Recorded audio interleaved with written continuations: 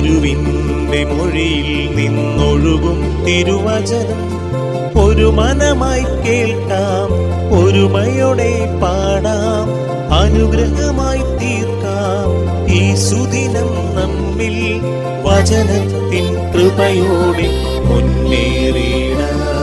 വിശുദ്ധ യോഹന്നാൻ അറിയിച്ച സുവിശേഷം 10-ാം അധ്യായം 14-15 തിരുവചനങ്ങൾ. ഞാൻ നല്ല ഇടയനാണ്, പിതാവ് എന്നെയും ഞാൻ പിതാവിനെയും അറിയുന്നത് പോലെ ഞാൻ എനിക്കുള്ളവയെയും എനിക്കുള്ളവ എന്നെയും അറിയുന്നു. ആടുകൾക്ക് വേണ്ടി ഞാൻ ജീവൻ അർപ്പിക്കുന്നു. കാരുണ്യവാനും സ്നേഹനദിയുമായ ഞങ്ങളുടെ നല്ല തമ്പുരാനെ, അങ്ങയുടെ തിരുമുമ്പിലേക്ക് ഞങ്ങളുടെ ജീവിതത്തെ സമർപ്പിച്ചുകൊണ്ട് ഞങ്ങൾ പ്രാർത്ഥിക്കുന്നു. അങ്ങ് ഞങ്ങൾക്ക് കാണിച്ചു തരുന്ന വഴിയിലൂടെ സഞ്ചരിക്കുവാൻ കർത്താവെ ഞങ്ങൾക്ക് കൃപ നൽകി അനുഗ്രഹിക്കണമേ.